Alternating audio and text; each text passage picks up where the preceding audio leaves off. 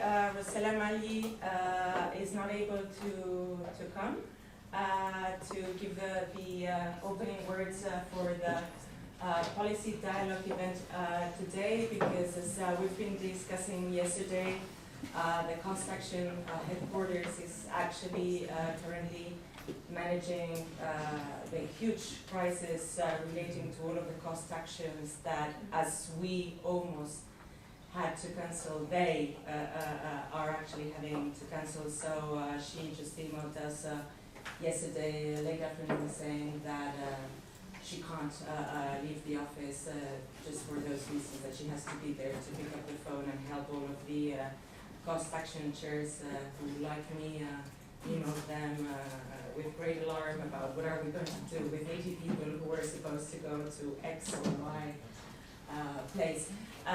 So what we're going to do is to just adjust the program to some of the last minute cancellations and eventualities that we've had. And I'll just say hello to everyone, welcome you to this second day of our cost action ethnic survey data events. Today, as we were discussing yesterday, will be a day devoted to establishing a dialogue, a sort of feedback and bridging conversation between the participants, the researchers in the cost action. We're going to be showcasing the work that we've been doing in the past few years and engaging with the non-academic stakeholders who are working actively on policy making relating to the integration and the inclusion of ethnic and migrant minorities across Europe, to get feedback about both the work that we do, but also how we could possibly steer some of our activities and next steps and research agenda steps into perhaps being able to inform or contribute knowledge to those sort of policy making dynamics beyond the academic world. So in that spirit, I welcome you all again. For those of you who were not here, welcome to the group.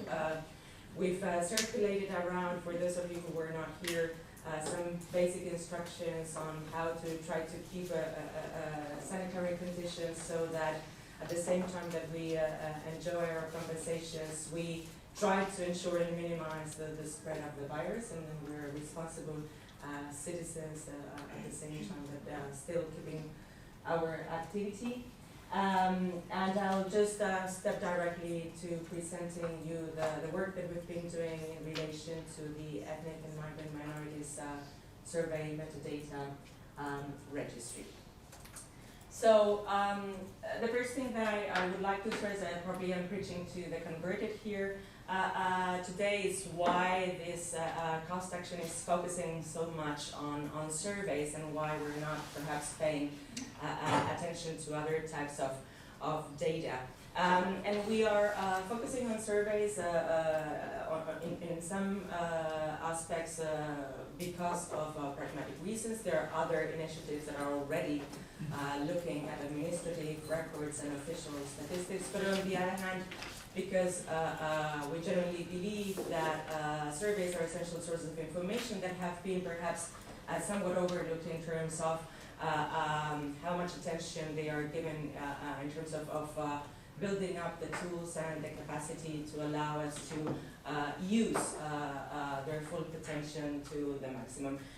They have a number of advantages that other types of data don't necessarily have. On the one hand, surveys are able to provide a wealth of information about a wide range of topics, so they can cover topics as diverse as lifestyles, behaviors, the different types of attitudes, what are the social connections that people engage in, but also what are the opportunities, the barriers, and the skills that they are living with in their everyday life. And like official statistics, we are able, with survey data, very often to connect several of these aspects at the individual level. So we don't need to remain at aggregate geographical sort of locations, because we are able to establish connections between these various aspects at the individual level. And also when these surveys are designed in specific ways, for example, when they're designed with a longitudinal element, whether that's panel surveys or whether that's, for example, cross-section repeated surveys, they can actually be also exceptional source of information about the interconnection of all of these factors that are fostering and are hindering the life opportunities of ethnic and migrant minorities and of people more generally, not only the minorities. Obviously, they also have the advantage of allowing us to undertake a wide range of sophisticated analysis that sort of capture how these multiple factors are driving inclusion and exclusion. And these are the reasons why in this cost action we are focusing specifically on survey data, because perhaps there's been sort of much more focus more recently on how to exploit what's been referred to as big data, but also there's a lot of attention already at various EU levels on official statistics and administrative records, and we thought there was this gap to fill, and we want to fill it ourselves. So within this broader context, what the ethnic survey data cost action is trying to do, the core of its mission is to try to render survey data on the ethnic and migrant minorities integration fair, and that acronym FAIR is something that you will have heard perhaps sometimes, most recently yesterday in the training session we had by our colleague from the UK data service. And this refers to making data findable, accessible, interoperable, and reusable. And this is really at the core of our mission. I'm not going to go through all of these objectives that we have in the action one by one. You can have a look at them there on the slides. But essentially what we want to do in this cost action is to ensure that we render surveys that are oftentimes invisible or not really easily detectable, that we make them visible so that we make them findable. We are wanting to ensure that in addition to giving visibility to all of these surveys that exist across Europe, we put in place mechanisms through which they can be made accessible so that people can actually access the data sets, or at the very least they can access reports about the data. And very importantly, we also want to make sure that we can foster, that we can nudge those data producers or data distributors to make them reusable by making them available in as open a type of access as possible, given other important considerations such as, for example, the preservation of the anonymity of the respondents. So the cost action is coordinating a series of efforts trying to push forward this whole agenda of making the data fair, and that the interoperable part in our scheme is mostly delivered by ensuring that all of the tools, the online tools that we will be developing, will be conforming to certain types of international standards, so that, for example, the metadata will be described in DDI format, which is a type of standard format to share metadata. And just as a reminder, our cost action is doing this kind of work, specifically focusing on sample-based quantitative survey data. And for those of you who are not so familiar with the action, we started in April 2017, and we will complete at least the cost action grant hopefully in April 2021.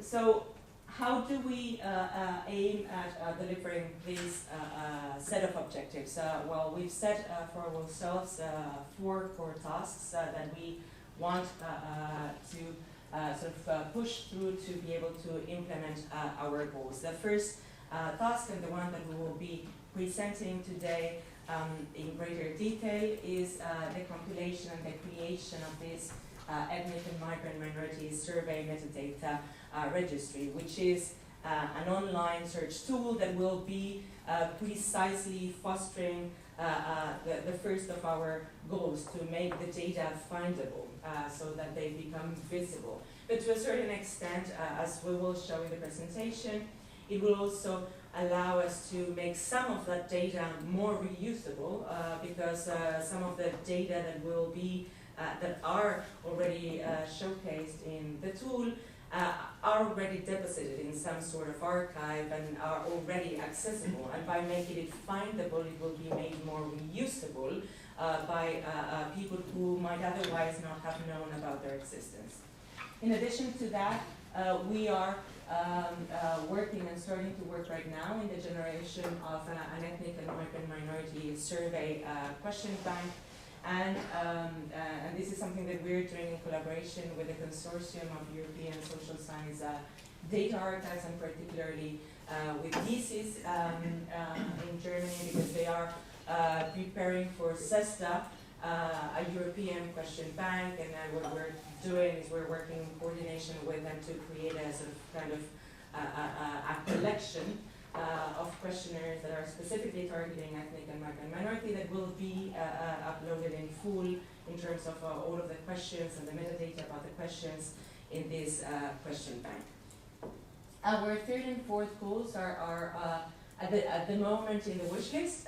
We've not been able to start work because they are in essence dependent on the completion of work in the prior 2 stages.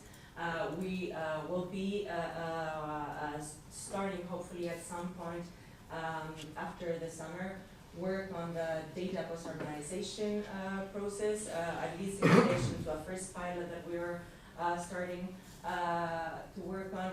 And the goal is to be able to generate post-harmonized pooled data sets that bring together surveys that were conducted independently, that were designed and put into the field independently, but that nevertheless share sort of important portions of the questionnaire and the questions that were asked in the same way, and hence where comparisons can make sense, because the survey instruments were either identical or extremely similar, that those comparisons are going to be meaningful, and also obviously that the surveys were done at sort of equivalent levels of geography. Our last point in the wish list would be to, with this post-harmonized pooled data sets, to create and implement an ethnic and migrant minority data playground. For those of you who were here yesterday, you would perhaps remember the presentation by Juan Galeano on the Swiss migration and mobility survey, and how they have an online tool that allows to generate figures and graphs and tables, and not very complicated, but at the same time useful analysis of their survey. That's exactly the same idea of what we want to do with the data playground, offer an online user-friendly tool that would allow us, especially those people who are less comfortable with statistical software, to be able to do some elementary analysis with the data. And all of these tasks will converge into different components and modules of our ethnic and migrant minority survey data hub. If you have access to a computer, there's free Wi-Fi here in the hotel. You can already see on the website of our cost section how this survey data hub would be structured. As of now, we only have the survey registry live, even if it's in testing and still development stage. But as we move on, we will be adding those components there. So what is the ethnic survey data metadata registry? What it is that we've produced, and I will be showing you in a minute. Essentially, the registry, what it does is to provide information about the surveys, and as I will tell you very shortly and show you. Oh, that's fine. Sorry. Sorry about that. I should have switched my 3 microphones. I forgot about it. Hopefully, no other phone rang. Okay. For the 900 surveys, what we have is a series of pieces of information about them. Obviously, identification of the surveys, but also aspects relating to whether they were included in larger studies or not, what were the sampling design, sampling methods that they were structured around, but also a very clear description of the subgroups, the minorities, the specific minorities that might have been targeted with the survey. Very importantly, for the accessibility and reusability aspects of our work, we also include information about the availability of the data and the documentation, and who were the data producers and the distributors. And it is a quite complete set of metadata, so information about the data that we have been collecting. How have we gone about in terms of collecting and producing this registry?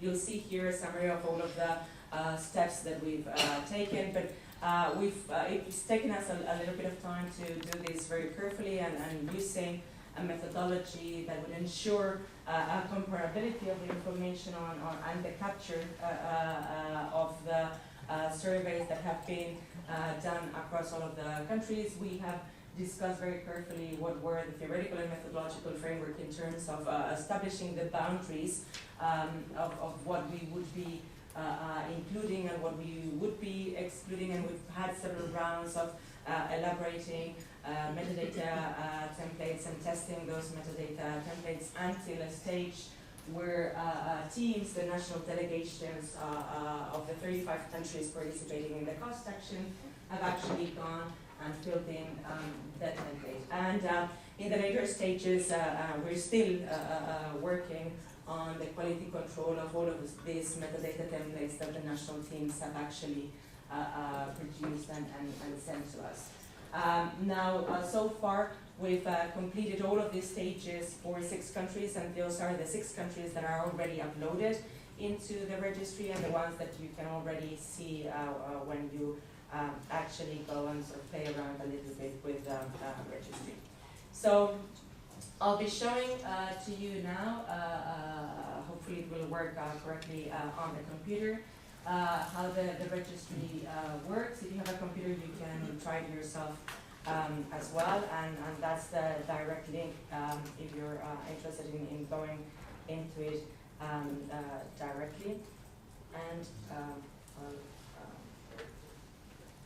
show you here. This is the generic website of the cost section, and then you click on here on the survey data hub, and it will take you to the description of all of the components that will be included eventually in the data hub. And right now what we have live is the survey registry here in the green button. I would advise for those of you who've not had the chance to do this yet, to scroll down and read in detail the description of how we did the work and the methodology that we followed. You have several links here to the guidelines that we used and some of the training videos that we use also, and that we provided for the country teams. Examples of how a filled-in metadata compilation document looks like, and guidelines.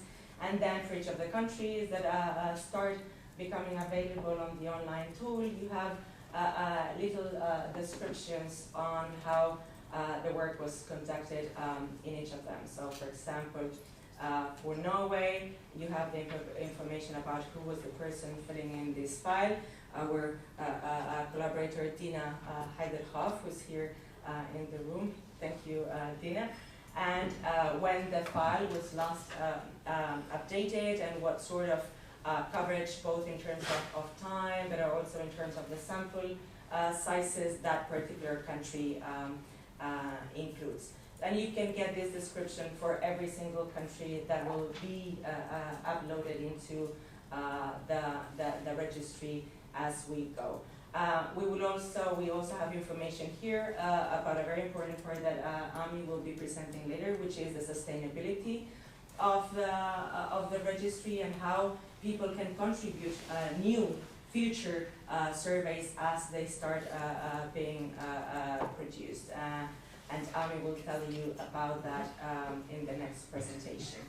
Now, moving to the registry itself, as always, the test of the pudding is in the eating, so I would advise you to actually play around it and look at how it works, but I will just show you some essential aspects that might be important for you to understand how it's structured, although we hope it's sufficiently self-explanatory that most people will be able to work with it without instructions. On the one hand, once you land on the page, what you will have is the full list of all of the surveys that have been already uploaded until now, because we have 6 countries, we have 145 search results. So if no search is conducted, you see the list of all of the surveys, and if you're so inclined, you could go one by one, having a look at them, and just sort of passing through the pages. For each of those surveys, you have first a kind of a short summary view or snippet, which provides you with both the name of the survey translated into English and the original language title, but also some pieces of information that we've deemed sort of the essential pieces of information that anyone might be interested in to decide whether that's a survey that they're interested in or not.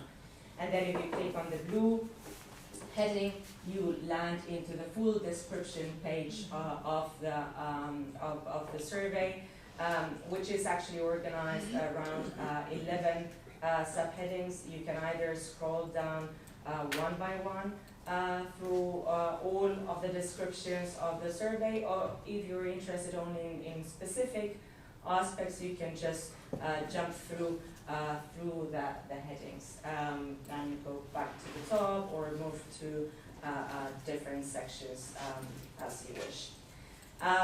Now, in addition to that, which is sort of probably a way that most people will not be looking at the registry, you can do various types of searches. You can do free text search here by keyword. Let's say that you're interested only in surveys relating to the Roma population, so you can just type Roma, and automatically, without you having to click enter or anything, it will be reducing the number of search results to those that are relevant to the keyword that you've used. So now you have a sub-selection of 26 surveys that are including the word Roma. Now, as with all search functions, the computer is not intelligent enough to distinguish Roma, the city, versus Roma, the population. So you might get the odd survey produced by the University of Roma there, but for the most part, it should work. There's other more complex types of searches that you can do, and then you have here a help text, a help page that will allow you to use other operators. These operators are not necessarily the ones that people are the most used to, so if you want to do more complex search functions, you should really look at the operators to help you do that. If you want to clear the selections and start to search for something else, you just click here and clear all the selections. And then you have a simple filtering options here on the right, where you can select on the basis, for example, only of the country. So let's say you're only interested in German surveys, so you can select the 57 German surveys that are uploaded until now.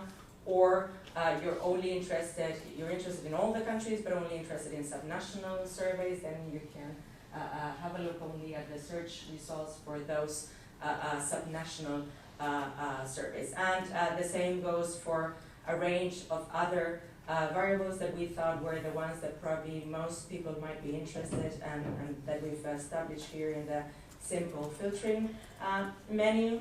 But if you want to be a lot more comprehensive in your narrowing down of your search, then you have an advanced filtering tool where you can essentially choose most of the metadata variables that we've included.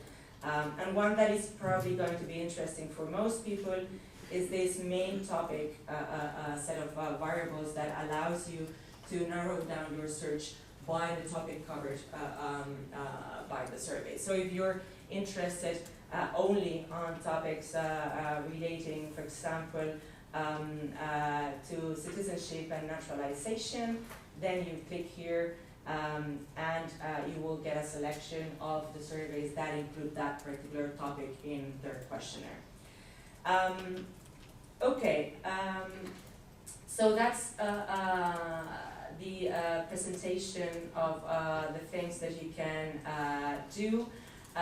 What I wanted to finish with is just a very brief update on what is the current state of the data that we've compiled and how the work is progressing. This final table in my presentation will show you what is the metadata that has been already delivered.